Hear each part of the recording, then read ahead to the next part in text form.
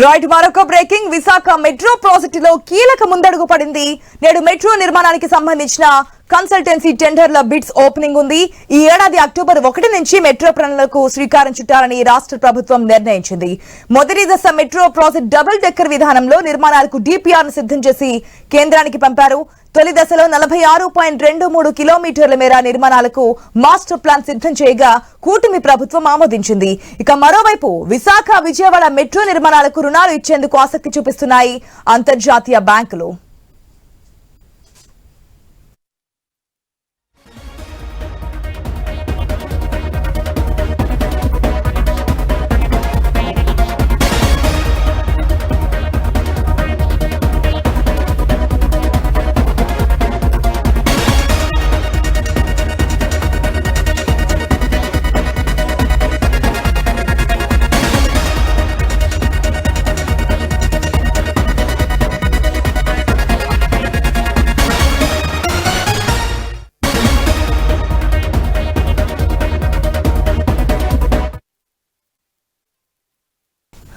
Visakha metro ప్రాజెక్టులో కీలక ముందడుగు పడింది.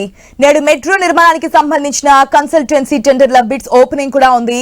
ఈ ఏడాది అక్టోబర్ 1 నుంచి మెట్రో పనులకు శ్రీకారం చుట్టాలని రాష్ట్ర సర్కార్ నిర్ణయించింది. ఇక మొదటి దశ మెట్రో ప్రాజెక్ట్ డబుల్ డెక్కర్ విధానంలో నిర్మాణాలకు డిపిఆర్ ను కూడా సిద్ధం చేసి కేంద్రానికి పంపించింది. ఇక తొలి దశలో 46.23 కిలోమీటర్ల మేర నిర్మాణాలకు మాస్టర్ ప్లాన్ సిద్ధం చేయగా కూటమి ప్రభుత్వం ఆమోదించింది. మరోవైపు విశాఖ విజయవాడ మెట్రో నిర్మాణాలకు రుణాలు ఇచ్చేందుకు ఆసక్తి చూపిస్తున్నాయి అంతర్జాతీయ బ్యాంకులు. రైట్ మెట్రో పనులకు సంబంధించి మరిన్ని అప్డేట్స్ మా విశాఖ ప్రతినిధి రాజు నాడి తెలుసుకుందాం. రాజు, ఎప్పటి నుంచో ఏపీ ప్రజల కళ అనుకోవచ్చు, ప్రత్యేకంగా విశాఖ ప్రజల కళ అనుకోవచ్చు, మెట్రో మొదటి దశకు ఒక అడుగు ముందు పడిందని చెప్పొచ్చు. టెండర్ బిడ్లు కూడా ఈ రోజు ఓపెన్ చేయబోతున్నట్టు తెలుస్తోంది. డీటెయిల్స్ ఏంటి?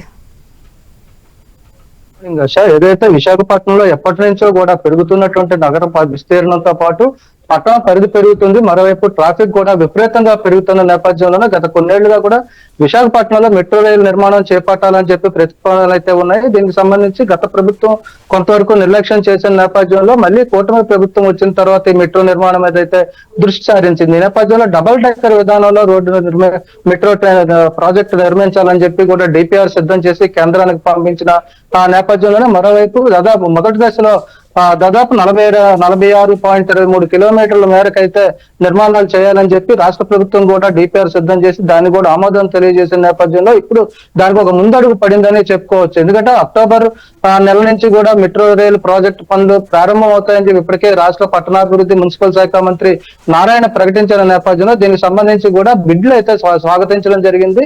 ఆ కన్సల్టెన్సీ నిర్మాణానికి సంబంధించి కన్సల్టెన్సీ నుంచి అయితే టెండర్లు పిలిచిన నేపథ్యంలో ఆ టెండర్లు ఈ రోజు అయితే విజయవాడలో ఓపెన్ చేయబోతున్నారు. మరి దీన్ని ఆ నిర్మాణ సంస్థ ఏదైతే టెండర్లు వచ్చిన నేపథ్యంలో వాటిని ఎవరు దక్కించుకుంటారు అనేది అయితే ఒక ఉత్కంఠ కొనసాగుతున్న నేపథ్యంలోనే దీనికి సంబంధించి కూడా ఒక అడుగు ముందుకు పడిందని చెప్పి కూడా చెప్పుకోవచ్చు. ఇది ఒక రకంగా విశాఖపట్నం వాసులకైతే ఒక సంతోషకరమైన వార్తగా చెప్పుకోవచ్చు. ఎందుకంటే రోజు రోజుకి కూడా పెరిగిపోతుంది ట్రాఫిక్, విపరీతమైన ట్రాఫిక్ పెరిగిపోతున్న నేపథ్యంలో వాహనదారులు కావచ్చు, ఉద్యోగస్తులు, దినసరి కూలీలు, ఇలా ప్రతినిత్యం కూడా రోడ్ల మీద ఉండేటువంటి ప్రజలు కూడా చాలా ఇబ్బందులు పడుతున్న నేపథ్యంలోనే ఎప్పుడు మెట్రో రైలు ప్రాజెక్టు ప్రారంభం అవుతుందని ఎదురు చూస్తున్న వాళ్ళకి ఇది ఒక సంతోషకరమైన వార్తగా చెప్పుకోవాలి. మరోవైపు ప్రస్తుతం ఎల్ఐసి బిల్డింగ్ లో ఉన్నటువంటి కార్యాలయాన్ని విఎంఆర్డీఏకి తరలించాలని కూడా రాష్ట్ర ప్రభుత్వం నిర్ణయించింది. అక్కడి నుంచి కార్యకలాపాలు కూడా సాగించేందుకైతే సిద్ధమవుతుంది. మరోవైపు ఈ ప్రాజెక్టుకి సంబంధించి కూడా ఇప్పటికే అంతర్జాతీయ బ్యాంకు ప్రతినిధులు కూడా విజయవాడలో సమావేశమయ్యారు.